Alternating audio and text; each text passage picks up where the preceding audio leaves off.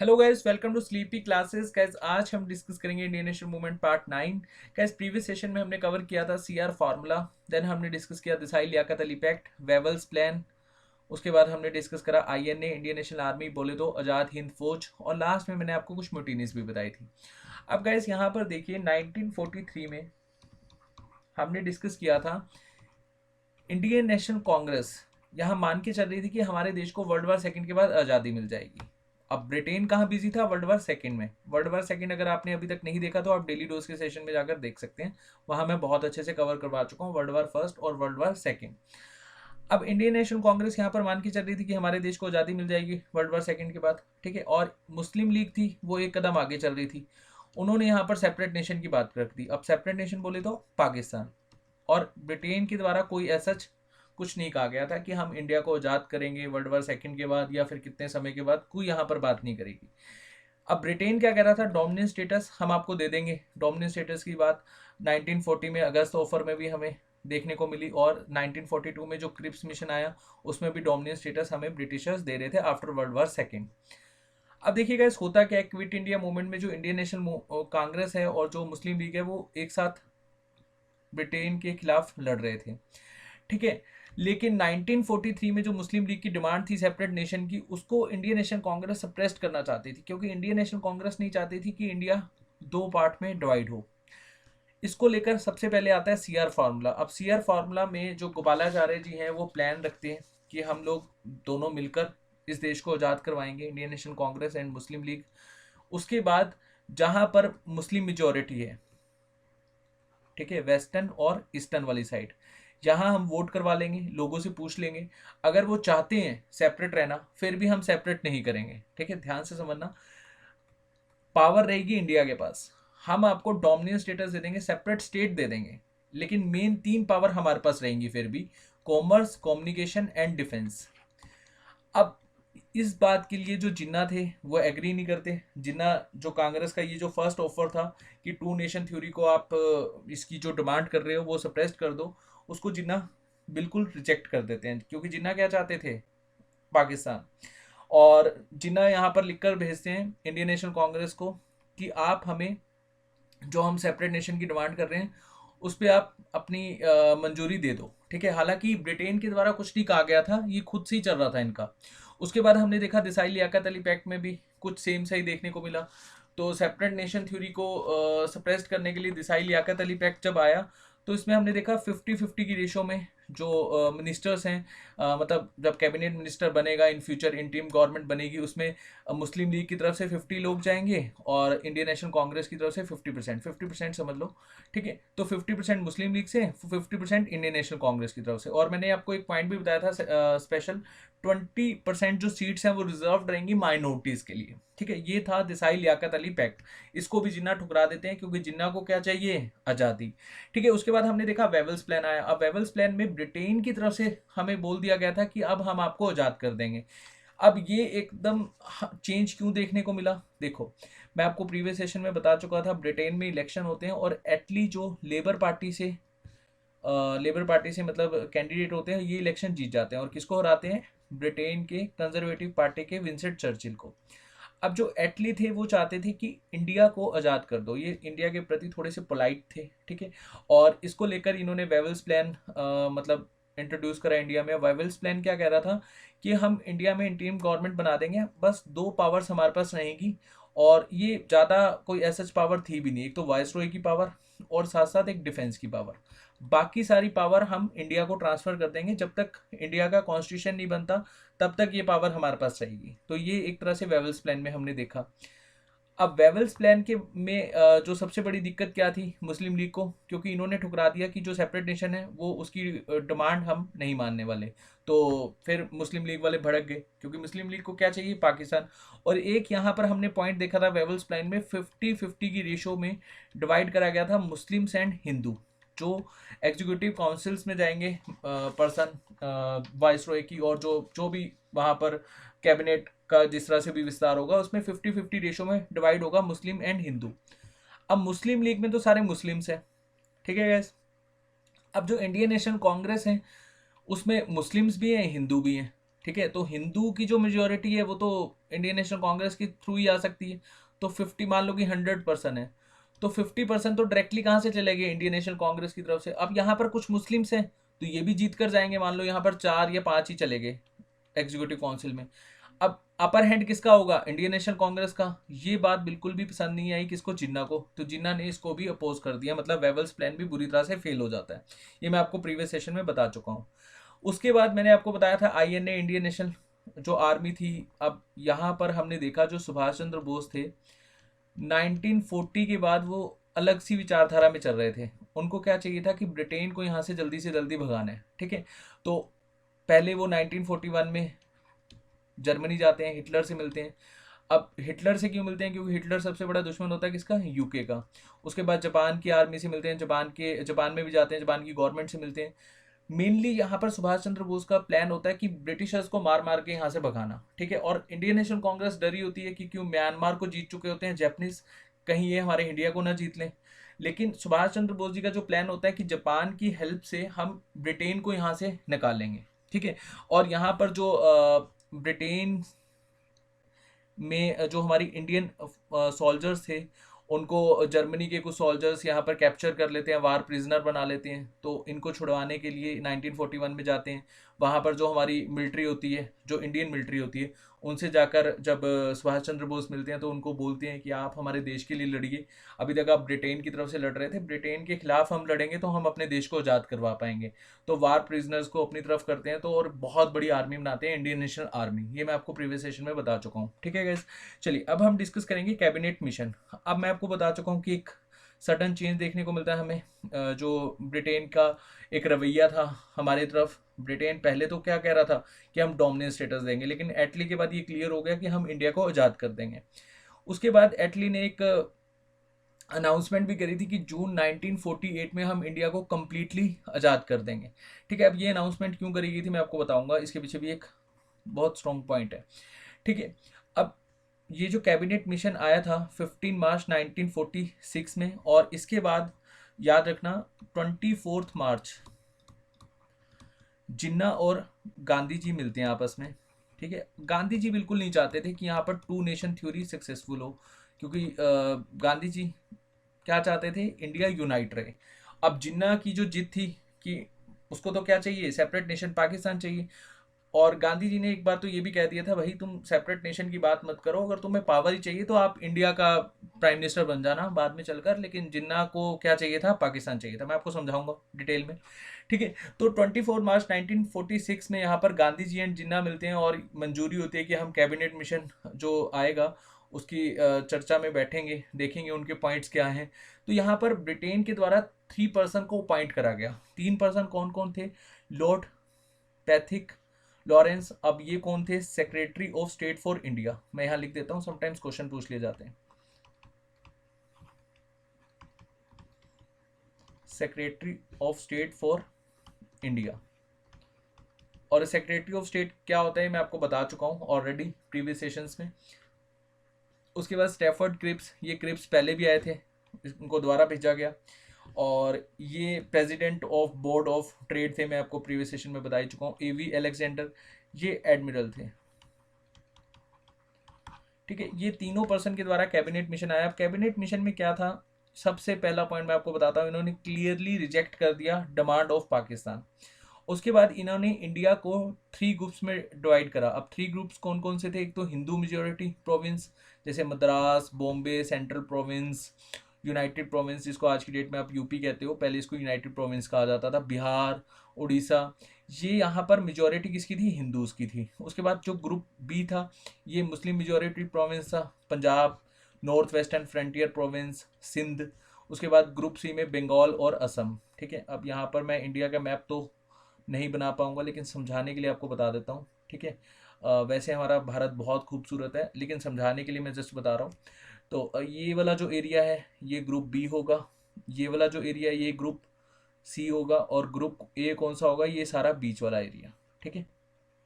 चलिए, होपफुली आप समझ गए होंगे। बाकी आपको मैं मैप के थ्रू समझाऊंगा, लास्ट में मैप है उसमें हम समझेंगे कि क्रिप्स मिशन में क्या हुआ था। चलिए, तो क्रिप्स नहीं, सॉरी, चलिए मैं आपको बताऊंगा ये जो था कैबिनेट मिशन में क्या हुआ था। क्रिप्स इसके मेंबर थे।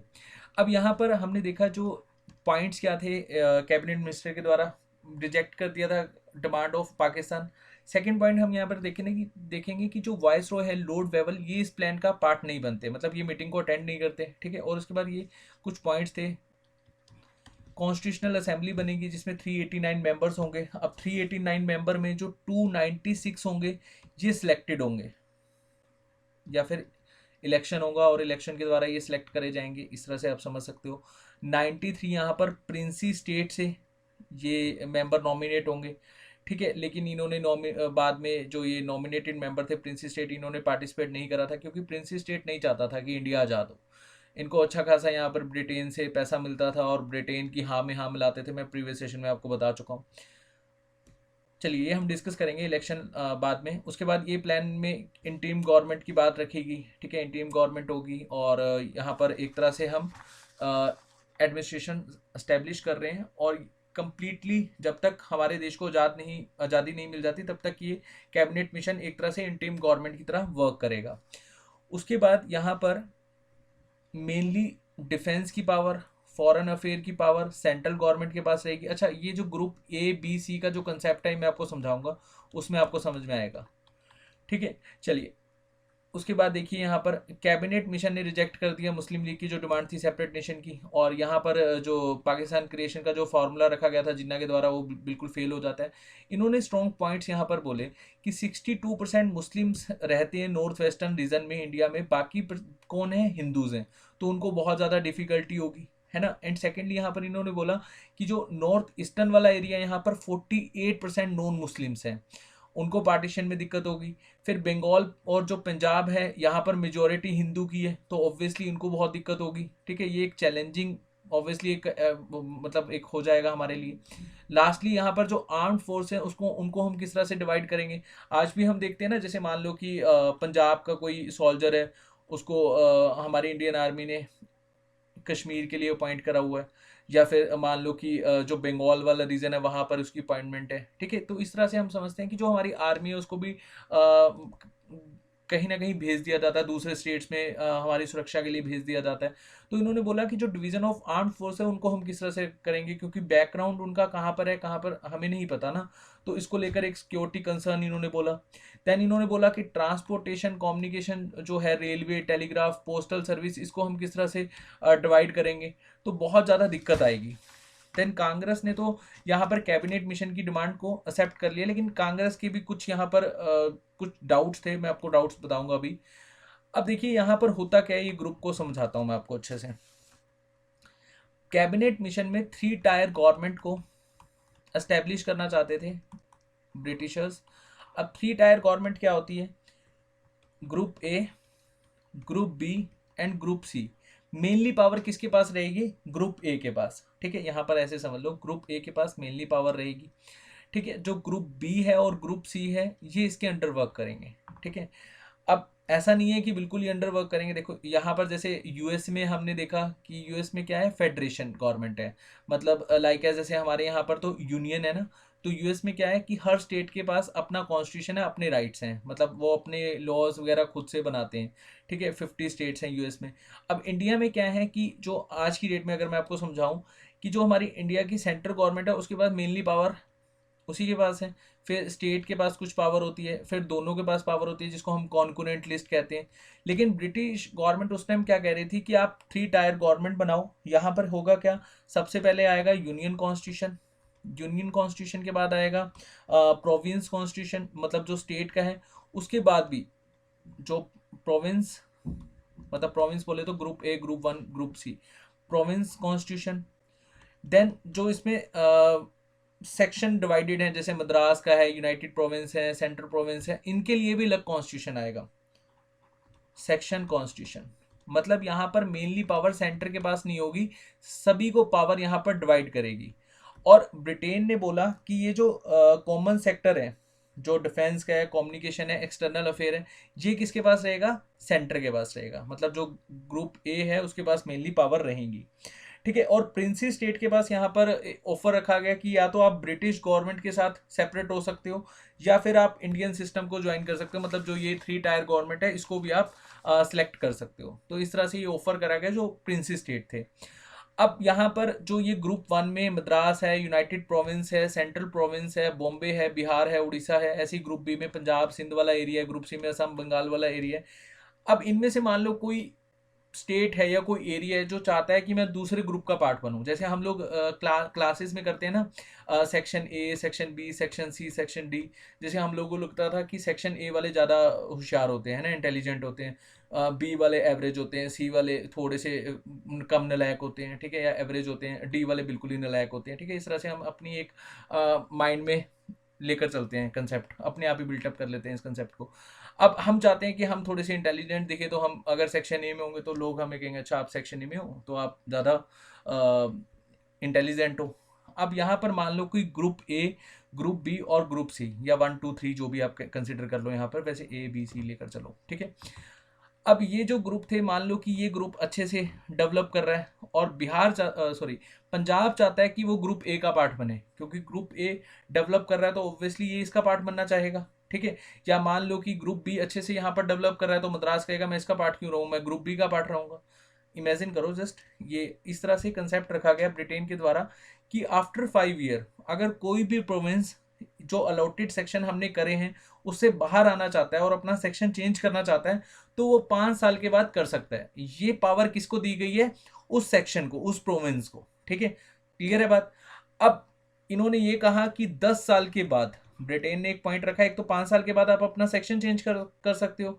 10 साल के बाद अगर आपको, मतलब मान लो कि जो सेंटर पावर है, ग्रुप ए की जो सेंटर पावर होगी, इसके कुछ पॉइंट समझ नहीं आ रहे, मतलब इसकी कुछ जो चेंजेस हैं, कुछ अमेंडमेंट्स आपको अच्छी नहीं लग रही, तो आप इनसे 10 साल के बाद चेंज करने के लिए बोल सकते हो और आपके पास ये पावर है कि आप चेंज भी करवा सकते हो। तो यहाँ पर आप देख रहे हो कि जो सेंटर है और जो प्रोविंस है उनको पावर एज सच नहीं दी गई थी, पावर सबके पास इक्वली थी, ठीक है।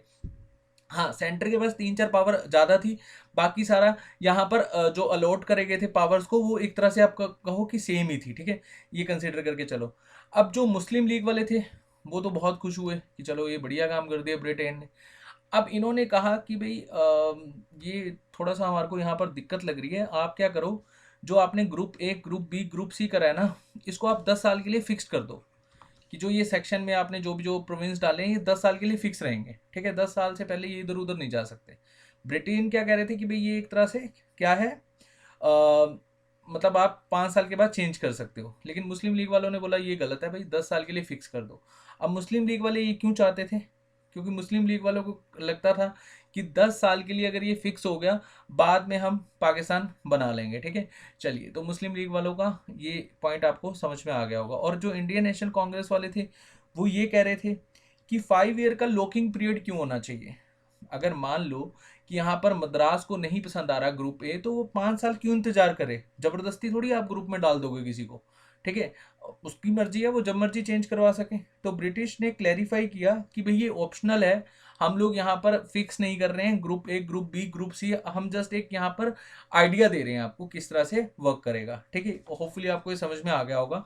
उसके बाद कैबिनेट मिशन की जो ये डिमांड थी ये मान ली गई, मुस्लिम लीग ने भी एक्सेप्ट कर लिया, क्योंकि मुस्लिम लीग क्या चाहता था कि चलो ठीक है आप ग्रुपिज्म तो करो, बाद में चलकर हम आज़ाद करवा लेंगे, ठीक है। उसके बाद यहाँ पर होता क्या है, कैबिनेट मिशन को के द्वारा जो इलेक्शंस वगैरह होते हैं, ठीक है। अच्छा, यहाँ पर कुछ पॉइंट्स हैं, इसको मैं आपको बता देता हूँ। एक तो कॉमनल रिप्रेजेंटेशन को रिस्ट्रिक्ट कर दिया गया। पहले हमने क्या देखा था, सेपरेट इलेक्टोरेट आया था कॉमनल रिप्रेजेंट के लिए, उसको कहीं ना कहीं थोड़ा सा रिस्ट्रिक्ट करा गया। उसके बाद पॉजिटिव फीचर जो कॉन्स्टिट्यूशनल असेंबली में डालेंगे कि इंडिया को सारी पावर दे दी जाएगी, वाइसरॉय के पास बहुत ही नेग्लिजिबल पावर रहेगी, एंड कॉमनवेल्थ का जो पार्ट है वो बनना चाहता है तो बन सकता है, ठीक है। कोई ऐसा यहाँ पर फोर्सफुली पार्ट नहीं बनाया जाएगा। कॉमनवेल्थ गेम्स होती है तो इंडिया पार्ट है कॉमनवेल्थ का, ठीक है। उसके बाद कॉन्स्टिट्यूशनल असेंबली जो है वो डेमोक्रेटिक प्रिंसिपल के ऊपर बेस्ड होगी, जैसे नेहरू जी और सभी लीडर्स चाहते थे, महात्मा गांधी जी भी यही चाहते थे कि यहाँ पर डेमोक्रेसी हो, इलेक्शन और इलेक्शन के द्वारा यहाँ पर पर्सन चुनकर आए, नहीं तो दिक्कत आ जाएगी जो म्यांमार में भी रिसेंटली कूप हुआ, ठीक है। उसके बाद जो कैबिनेट मिशन का जो मेनली एम था कि पाकिस्तान के जो फार्मूला है इसको हम टर्न डाउन करें, मतलब ये बनने ना दें, मतलब एक तरह से सेपरेट नेशन यहाँ पर ना बने। तो कैबिनेट मिशन सक्सेसफुल हुआ, इसके बाद इलेक्शन होते हैं। अब इलेक्शन जब होते हैं तो यहाँ पर 389 सीट्स होती हैं, जैसे कि मैंने आपको बताया। अब 389 सीट्स में 296 सीट्स के लिए एक तो इंडियन नेशनल कांग्रेस और मुस्लिम लीग, इन दोनों को मतलब इस तरह से आप समझ लो। और 93 जो सीट्स होती हैं ये प्रिंसी स्टेट्स के लिए रिजर्व होती हैं, ठीक है। अब इंडियन नेशनल कांग्रेस यहाँ पर फुल मेजोरिटी में जीत जाती है, 208 सीट जीतती है इंडियन नेशनल कांग्रेस। मुस्लिम लीग जीतती है 73 सीट्स, और बाकी मान लो 2-3 सीट कोई यहाँ पर नहीं, 2-3 नहीं, 15 सीट के आसपास इंडिपेंडेंट जीत जाते हैं। हाँ, 15 सीट्स के आसपास लगा के चलो कि इंडिपेंडेंट जीत जाते हैं। अब यहाँ पर मेनली किसकी जीत हमें देखने को मिलती है? Indian national Congress. और प्रिंसी स्टेट इसका पार्ट नहीं बनते कैबिनेट मिशन का, क्योंकि उनको क्या चाहिए? ब्रिटिश ही बढ़िया है। अगर हम इंडिया का पार्ट बनेंगे तो डेमोक्रेसी आएगी, डेमोक्रेसी आएगी तो हमारी पावर खतरे में, ठीक है। तो चलिए, उसके बाद Indian national Congress 208 seat capture कर लेती है, मुस्लिम सीट 73 कैप्चर कर लेती है। देन यहाँ पर कुछ माइनॉरिटीज़ के लिए भी सीट्स होती हैं, ठीक है, इस तरह से आप समझो। और देन यहाँ पर एक तरह से इलेक्शन कंडक्ट हो जाता है। जब इलेक्शन होता है तो मुस्लिम लीग को लगता है कि भाई ये तो हमारे साथ बहुत गलत हुआ है, हमको तो सीट्स ही नहीं आई। तो मुस्लिम लीग यहाँ पर डिमांड करते हैं कि कैबिनेट मिशन का हम पार्ट नहीं बनेंगे, जो भी हमारे यहाँ पर पर्सन जीत के गए हैं वो कैबिनेट मिशन का पार्ट नहीं बनेंगे।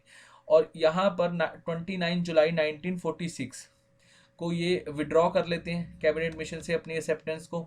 उसके बाद ये डायरेक्ट एक्शन रेजोल्यूशन पास करते हैं कि अब तो पाकिस्तान बनेगा। 16 अगस्त 1946 में मुस्लिम लीग ने यहाँ पर डायरेक्ट एक्शन डे मतलब कंसिडर करा, और इन्होंने क्या कहा कि अब तो हमें पाकिस्तान चाहिए, अगर आप नहीं दोगे तो हम छीन के ले लेंगे, ठीक है। ब्रिटेन की गवर्नमेंट को लगा भाई क्या लोग हैं, पहले हम इनको आज़ाद नहीं कर रहे थे, अब हम इनको आज़ाद कर रहे हैं, अब ये आपस में लड़ रहे हैं, ठीक है। जैसे ऐसे समझ लो, लाइक एज मान लो कि एक टीचर है, ठीक है, वो स्टूडेंट्स को बहुत मारता है ना। अब लास्ट में जाकर वो बहुत पोलाइट हो जाता है, वो स्टूडेंट्स को कहता है कि चलो टॉफ़ी ले लो, ठीक है। अब 2 पर्सन है यहाँ पर, ए और बी। अब टॉफ़ी दी तो ये ए पर्सन लड़ रहा है कि मुझे तो एल्पेनलीबे की टॉफ़ी चाहिए, और बी कह रहा है नहीं, मुझे तो जो ए को आपने मेलेडी दी है वो चाहिए, ठीक है। इस तरह से यहाँ पर लड़ाई कर रहे हैं। पहले देश को आज़ाद तो करवा लो, बाद में चलकर आप अलग कर लेना। लेकिन मुस्लिम लीग ने क्या कहा कि नहीं, आज़ादी से पहले, मतलब ब्रिटेन हमें बाद में आज़ाद करेगा, पहले हमारे को क्लियर कट बताओ कि हमें पाकिस्तान दोगे कि नहीं दोगे, नहीं दोगे तो हम छीन के ले लेंगे। अब ये डायरेक्ट एक्शन डे के बाद बहुत सारे कॉमनल राइट्स हमें देखने को मिले, जहाँ पर भी मुस्लिम हिंदू आमने सामने हुए, बस यहाँ पर राइट्स हुए। और राइट्स में लगभग 10,000 के आसपास तो लोग ये ऑफिशियल बताते हैं कि मर गए थे, ये फिगर बहुत ज़्यादा थी, ठीक है। कई बुक्स में तो लाख के आसपास ये फिगर बताई गई है। तो आप देख सकते हो कि कितना ज़्यादा यहाँ पर कॉमनल राइट्स भड़क गए। अब 10 सितंबर को के आसपास, 10 सितंबर 1946 नेहरू जी यहाँ पर इंटीरिम गवर्नमेंट बना लेते हैं। और नेहरू जी जो होते हैं ना, वो अपने प्रयास जारी रखते हैं कि मुस्लिम लीग को इसका पार्ट बनाएं, ठीक है। अब मुस्लिम लीग को क्या चाहिए? पाकिस्तान। लेकिन फिर भी नेहरू जी के जो एफर्ट्स हैं कि वो किसी तरह से इनको कन्विंस करें कि भैया आप साथ मिलकर चलते हैं, और ब्रिटेन से जो भी हमें चाहिए, मतलब एक तो आज़ादी चाहिए, ऊपर से जो जितनी जल्दी हो सके उतनी जल्दी यहाँ पर हमें फ़ायदा है, ठीक है। अब मुस्लिम लीग को लगता है कि अगर हम बाहर रहकर इस तरह से डायरेक्ट एक्शन करेंगे, कॉमनल राइट्स करेंगे, तो पता लगे कि हमें जितना मिल रहा है उतना भी ना मिले। तो 13 अक्टूबर 1946 ये वापस आते हैं, वापस आकर ज्वाइन कर लेते हैं इंटीरिम गवर्नमेंट को, ठीक है। और ये क्या प्लान करते हैं कि हम ऑब्स्ट्रक्शन करेंगे, मतलब जितने भी ये बिल पास करना चाहेंगे या कोई भी पॉलिसी बनाएंगे उसमें हम इनके अंगेज चलेंगे, ठीक है। इस तरह से ये मुस्लिम लीग का एक एजेंडा होता है कि हम अंगेज चलेंगे तो इनको लगेगा कि भैया इनको अलग ही कर दो, ठीक है। जिस तरह से गांधी जी की पॉलिसी थी, गांधी जी की पॉलिसी क्या थी? बिल्कुल शांतिपूर्वक तरीके से बात करो, ठीक है। और बात नहीं मान रहे, कोई बात नहीं, हम थोड़ा यहाँ विद्रोह करेंगे। असहयोग आंदोलन चलाया, जैसे सिविल डिसोबीडियंट मूवमेंट चला, उसके बाद लास्ट में जाके तो क्विट इंडिया मूवमेंट चला था। तो हम बिल्कुल गवर्नमेंट का पार्ट बनकर यहाँ पर ऑब्स्ट्रक्शन क्रिएट करेंगे, मतलब कोई भी बिल पास नहीं होने देंगे या कोई भी पॉलिसी को बनने नहीं देंगे। तो मुस्लिम लीग फाइनली पार्ट बनती है 13 अक्टूबर 1946 में। अच्छा, क्वेश्चन आ जाता है, जो वाइसरॉय ऑफ इंडिया है, इनकी एग्जीक्यूटिव ब्रांच, इसी को बेसिकली एग्जीक्यूटिव काउंसिल कहा जाता है वाइसरॉय की, और एग्जीक्यूटिव ब्रांच में कौन थे? सारे के सारे इंडियंस थे, ठीक है। अब यहाँ पर आप ये एक बार देख सकते हो। अच्छा, इसमें ना सारे एक बार आप देख लेना अच्छे से, ठीक है। आपके पेपर में तो ऑप्शन आने हैं, बट आप अच्छे से देख कर जाना है, आपको याद रहे। और जो ईपीएफओ का पेपर है उसमें डायरेक्टली क्वेश्चन आते हैं कि बताओ फाइनेंस मिनिस्टर किसको दिया गया था। फाइनेंस मिनिस्ट्री बाद में चलकर मुस्लिम लीग के पास चली गई थी, लियाकत अली खान बने थे। ठीक है, ऐसे ही उसके बाद जैसे लो है जोगेंद्र नाथ मंडल, तो ये सारे के सारे एक बार आप देख लेना। ठीक है, अब यहाँ पर कुछ मुस्लिम चाहते थे कि भी सेपरेट जो नेशन पाकिस्तान है वो सक्सेसफुल नहीं होनी चाहिए, ये डिमांड बिल्कुल भी फुलफिल नहीं होनी चाहिए। इसको लेकर अब्दुल कलाम आज़ाद एंड खान अब्दुल गफ़ार खान ये अपोज कर रहे थे पार्टीशन का जो आइडिया था इसका। ठीक है, ये क्वेश्चन भी पूछ लिया जाता है कि बताइए कौन से दो पर्सन जो मुस्लिम्स थे जो अपोज कर रहे थे। ठीक है, इस तरह से भी क्वेश्चन आ जाते हैं। क्वेश्चन डिफिकल्ट नहीं आते, बस थोड़ा सा उसको घुमाकर आप लोगों से पूछा जाता है। ठीक है, देन हम यहाँ पर देख रहे हैं कि डायरेक्ट एक्शन डे, चलो ये तो मैं आपको बता ही चुका हूँ। उसके बाद कॉन्स्टिट्यूशनल असेंबली बन जाती है 1946 में। ये वैसे हम पॉलिटी में पढ़ते हैं, मैं आपको फिर भी बता देता हूँ। कॉन्स्टिट्यूशनल असेंबली जो बनती है इसमें पहले टेम्परेरी प्रेसिडेंट बनाए जाते हैं Sachidanand Sinha, then permanent president बनाए जाते हैं डॉक्टर राजेंद्र प्रसाद। फिर मुस्लिम लीग यहाँ पर ज्वाइन करने से थोड़ा आनाकानी करती है, नेहरू जी यहाँ पर रिपीटेडली कन्विंस करते हैं, मनाने की कोशिश करते हैं कि भी ये पॉलिटिकल जो डेडलॉक है इसको ख़त्म करें। उसके बाद ड्राफ्टिंग कॉन्स्टिट्यूशन की यहाँ पर बात करी जाती है। ड्राफ्टिंग के जो हेड थे वो बनाए गए थे बी आर अम्बेडकर जी, और कॉन्स्टिट्यूशनल एडवाइज़र थे, इनका नाम है बी एन राव। 13 दिसंबर 1946 Jawaharlal Nehru ji objective resolution pass करते हैं। ठीक है, उसके बाद से ये हमारा कॉन्स्टिट्यूशन लिखना शुरू हुआ और इसको basically incorporated in constitution as a preamble. ठीक है, ये कब लिया गया था? 22 जनवरी 1946 बी आर अम्बेडकर जी के द्वारा सारा का सारा हमारा संविधान लिखा गया। ठीक है, 2 साल 11 महीने 18 दिन लगे संविधान लिखने के लिए, और फाइनली हमारा संविधान 26 नवंबर 1949 तक लिखा गया था और पास भी हो गया था। लेकिन नेहरू जी ने डेट चुनी 26 जनवरी 1950। अब ये क्यों चुनी थी मैंने आपको बताया था प्रीवियस सेशन में। 26 जनवरी 1930 फर्स्ट टाइम हमारे देश ने अपना पहला इंडिपेंडेंस डे मनाया था। ठीक है, उस time president Indian national Congress के जवाहरलाल नेहरू जी थे। चलिए अब देखो यहाँ पर होता क्या है, जब ये सारे के सारे कॉमनल राइट्स चल रहे हैं, कैबिनेट मिशन यहाँ पर बन गया, इंटीम गवर्नमेंट में मुस्लिम लीग आकर ऑब्स्ट्रक्शन कर रही है और कोई भी पॉलिसी को पास नहीं होने दे रही है, तो यहाँ पर जो ब्रिटेन के प्राइम मिनिस्टर होते हैं वो भड़क जाते हैं। वो कहते हैं यार ये अजीब लोग हैं, इनको हम आज़ाद कर रहे हैं और ये फिर ये हरकतें कर रहे हैं। तो क्लाइमेट एटली अनाउंस करते हैं 20 फरवरी को, हम तो आपके देश को छोड़ के चले जाएंगे, हम आज़ाद कर देंगे आपके देश को, हमारा फाइनल जो है 30 जून 1948 तक हम संभालेंगे आपको, उसके बाद आप अपने देश को खुद संभालो, कैसे चलाओ हमें लेना देना नहीं है। ठीक है, ये अनाउंसमेंट करी जाती है एटली के द्वारा। अब एटली यहाँ पर कहते हैं कि जो ब्रिटिश पैरामाउंटेंसी है ओवर इंडियन प्रिंसी स्टेट ये भी लैप्स हो जाएगी, और बाद में फाइनल ट्रांसफ़र के लिए बोल देते हैं 30 जून 1948 में हम फाइनली यहाँ से चले जाएंगे। ठीक है, अब उसके बाद यहाँ पर एटली को लगता है कि वेवल्स से तो कुछ नहीं हो रहा, तो वेवल्स को रिप्लेस करते हैं माउंटबेटन से। हमारे लास्ट वाइसरॉय बनते हैं माउंटबेटन। अब माउंटबेटन यहाँ पर प्लान लेकर आते हैं। माउंटबेटन को और ब्रिटेन की गवर्नमेंट को ये बात समझ में आ गई थी कि अब इंडिया को 2 पार्टीशन में डिवाइड कर दो, तभी भला होगा, अदरवाइज तो यहाँ पर कॉमनल राइट्स इतने बुरी तरह से भड़क गए थे कि इनको कहीं ना कहीं हद तक सप्रेस करना बहुत मुश्किल हो गया था ब्रिटेन की गवर्नमेंट से। ठीक है, तो माउंटबेटन आते हैं। माउंटबेटन पहली आगे क्या कहते हैं, फ्रीडम विद पार्टीशन। ठीक है, 3 जून 1947 में जो माउंटबेटन आए, इनका एक प्लान आया, इनमें आकर इन्होंने फर्स्टली क्या पॉइंट रखा कि फ्रीडम मिलेगी आपको विद पार्टीशन। ठीक है, उसके बाद इन्होंने कहा कि इमीडिएटली ट्रांसफ़र होगी, अब हम 1948 तक इंतज़ार नहीं करेंगे, आपको हम जल्दी से जल्दी यहाँ पर पावर ट्रांसफ़र कर देंगे। ठीक है, तो 2 कॉन्स्टिट्यूशनल असेंबली बनाएगी। ठीक है, और जो पंजाब के लोग हैं और बंगाल के लोग हैं ये डिसाइड करें इनको कहाँ जाना है, इंडिया में जाना है, पाकिस्तान में जाना है। सिंध से भी पूछा जाएगा कि आप बताइए आपको कहाँ जाना है। ठीक है, उसके बाद एक बंगाल में एरिया है सेलेट, ये बहुत इंपॉर्टेंट है, इनसे भी पूछा जाएगा। अच्छा, ये डिसाइडिंग फैक्टर है, यहाँ से बाउंड्री हमारी खींची जाएगी। ठीक है, तो सेलेट वाले लोगों से ही पूछा जाएगा बताइए आपका क्या डिसीजन है। ठीक है, तो और बाउंड्री डिसाइड कौन करेगा, क्लिफ। ठीक है, उसके बाद इंडियन नेशनल कांग्रेस ने इसको एक्सेप्ट कर लिया। ठीक है भाई, आज़ादी मिल रही है और आज़ादी हमारे को पता है यहाँ पर जो मुस्लिम लीग है वो शांति से तो लेने देंगी नहीं, क्योंकि हमने देखा है कॉमनल राइट्स भड़क गए हैं। अच्छा, आप लोगों ने एक मूवी देखी होगी गदर, सन्नी देओल की, है ना, और उसमें आपने देखा होगा कितने ज़्यादा कॉमनल राइट्स भड़क गए। वैसे मैं सोच रहा था कि आपको 2-3 पिक पिक्चर्स डाल दूं गूगल से लेकर, फिर मुझे लगा कि ठीक नहीं है। अब हमें खुश होना चाहिए, हमारे देश को फाइनली आज़ादी मिल रही है, हम देश को आज़ाद करवा रहे हैं। हालांकि हम तो क्या ही आज़ाद करवा रहे हैं, हम तो जस्ट पढ़ रहे हैं। हमें किससे आज़ादी चाहिए? बेरोजगारी से।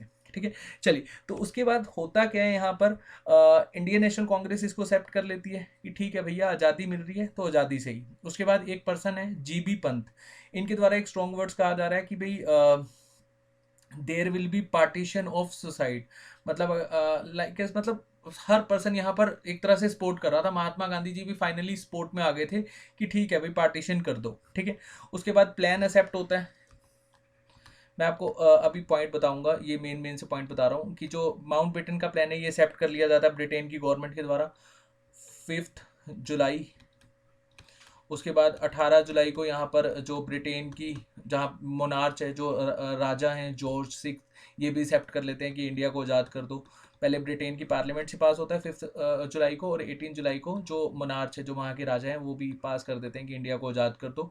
फाइनली इंडिया को आज़ादी मिल जाती है 15 अगस्त 1947, और पाकिस्तान को ठीक एक दिन पहले 14 अगस्त 1947। अब यहाँ पर कॉमनर राइट्स इतने ज़्यादा भड़क गए थे कि इनको सप्रेस करना ही मुश्किल हो गया था। ठीक है, अब देखो यहाँ पर select choose the merge in eastern Bengal, eastern part of Pakistan. ठीक है, उसके बाद plan was accepted by British parliament, में आपको बता चुका हूँ 5 जुलाई 1947। लास्ट में चलकर जो रॉयल एसेंट है इसको मिलता है 18 जुलाई 1947। और जो उस टाइम के मोनार्च होता है जिनके पास, जॉर्ज 6, ये क्वेश्चन भी पूछा जाता है। और ये इंडिया को कॉन्टिन्यूस मतलब कंटिन्यू करते हैं, इंडिया को संभालते हैं जब तक इंडिया एज अ रिपब्लिक, मतलब जब तक हमारा देश का संविधान नहीं लिखा जाता 1950 तक। उसके बाद जो प्रिंसी स्टेट है वो उनको ऑफर दिया जाता है, या तो आप इंडिया में अपने आप को मर्ज कर सकते हैं पाकिस्तान, या फिर अपने आप को आप इंडिपेंडेंट बना सकते हैं। उसके बाद बहुत सारे जो प्रिंसी स्टेट्स हैं उन्होंने बोला कि हम अपने आप को यहाँ पर इंडिपेंडेंट रखेंगे, जैसे त्रवणकोर है, हैदराबाद है। अच्छा, अभी के लिए मैं आपको बता दूं, ये सेशन ख़त्म नहीं हुआ हमारा हिस्ट्री का। अभी एक जो सेशन है वो रहता है 1947 के बाद। हम समझेंगे जो प्रिंसी स्टेट्स हैं वो क्यों सेपरेट रहने की डिमांड कर रहे थे, और सरदार वल्लभ भाई पटेल जी का जो योगदान है हमारे देश को यूनाइट करने में, उसको समझेंगे यहाँ पर। और कौन कौन से स्टेट्स थे जो डिमांड कर रहे थे कि हमें सेपरेट कर दो, जैसे कश्मीर है, मणिपुर है, हैदराबाद है, जूनागढ़ है, इनको हम समझेंगे। उसके बाद देखिए ये एक तरह से क्लिफ के द्वारा लाइन खींची गई, ये पाकिस्तान बना। ठीक है, ये हमारा वेस्टर्न पाकिस्तान था, हमारा नहीं, जो मुस्लिम लीग है उनका, हमारा तो प्यारा भारत है। उसके बाद ये है आपका ईस्टर्न पाकिस्तान, बाद में चलकर ये बांग्लादेश बना, ये हमारी बदौलत बना था 1971। ठीक है, चलिए। उसके बाद यहाँ पर जो प्रिंसी स्टेट हैं उन्होंने इंस्ट्रूमेंट ऑफ एक्सेशन साइन करा, जो एक तरह से इंडिया को जो ज्वाइन करना चाहते थे। मैंने जैसे कि आपको बताया, ये हम कल डिस्कस करेंगे। मणिपुर, जूनागढ़, हैदराबाद, कश्मीर, जिन्होंने अपने आप को कहा कि हम इंडिपेंडेंट रहेंगे। ठीक है, और उसके बाद 2 नेशन थ्योरी थी मुस्लिम लीग वालों की, वो फाइनली एक्सेप्ट हुई, मतलब फाइनली ये सक्सेसफुल हो गई। ठीक है, और इसकी एक तरह से इंस्पायर्ड, मतलब जो मुस्लिम लीग की जो डिमांड थी ये किसके द्वारा लाई गई थी? मोहम्मद प्रो इकबाल। ठीक है, उसके बाद यहाँ पर लाहौर रेजोल्यूशन में तो इन्होंने डिसाइड ही कर लिया था। ठीक है, चलिए, ये इंपॉर्टेंट नहीं है। इंपॉर्टेंट ये है कि जब तक ये पार्टीशन नहीं हो जाता तो एक गवर्नर जनरल रहेगा। जैसे ही पार्टीशन हो जाएगा तो पाकिस्तान के गवर्नर जनरल बनेंगे मोहम्मद अली खान जिन्ना, और हमारे गवर्नर जनरल कौन बनेंगे? श्री राजाकपालाचार्य। होपफुली आपको इस सेशन में बहुत कुछ सीखने को मिला होगा। ठीक है गाइस, पीडीएफ मिलेगी आपको हमारे टेलीग्राम चैनल पर। मैं भी आपको कह रहा हूँ कि पिक्चर अभी ख़त्म नहीं हुई, एक सेशन अभी हमारा रहता है। अभी हम समझेंगे कि इंडिया में जितने स्टेट्स मर्ज हो गए और वो मर्ज कैसे हुए, और उनके पीछे कौन से पर्सन का योगदान था, सरदार वल्लभ भाई पटेल। कितने स्टेट्स को मर्ज करा गया, अप्रोक्स 550 के आसपास, 555 अराउंड ये फिगर है। ठीक है, और यहाँ पर जो मेनली जो 4 एरियाज थे, जैसे जूनागढ़ है, जूनागढ़ में बाद में जाकर हमने वहाँ पर वोटिंग करवाई तो वहाँ का जो निज़ाम था वो भाग गया पाकिस्तान। ये मैं आपको डिटेल में बताऊँगा। कश्मीर का तो आप सब जानते ही हैं 2019 में। ठीक है, तो हमें एक अमेंडमेंट देखने को मिली, 370 आर्टिकल हमने हटा दिया और फाइनली कश्मीर हमारा पार्ट बन गया ऑफिशियली, पहले भी पार्ट था, ठीक है, लेकिन हमने एक आर्टिकल के थ्रू उसको पावर्स दे रखी थी, वो पावर्स उसे वापस ले ली क्योंकि टेम्परेरी पावर थी। अब ऐसा जो उस पावर की ज़रूरत नहीं थी कश्मीर को। और उसके बाद जो हैदराबाद है उसने कब एक्सेशन साइन करा, ठीक है। एंड देन हम समझेंगे यहाँ पर जो मणिपुर है, मणिपुर का हालांकि ये आप लोगों को पता नहीं है, लेकिन ईपीएफओ के पेपर में बहुत सारे क्वेश्चंस ऐसे आ जाते हैं, ठीक है। कुछ कमेटीज़ भी पढ़ेंगे, ठीक है, जो कमेटीज़ इंपॉर्टेंट है आपकी, जैसे धार कमीशन आया था, लिंग्विस्टिक्स बेसिस पर जो स्टेट्स को डिवाइड करने की बात करी गई थी, जेवीपी कमेटी थी, ठीक है। फैजल अली कमीशन था, 1954-55 के अराउंड आया था, ठीक है। तो ये हम सारा समझेंगे। चलिए, thank you so much gas.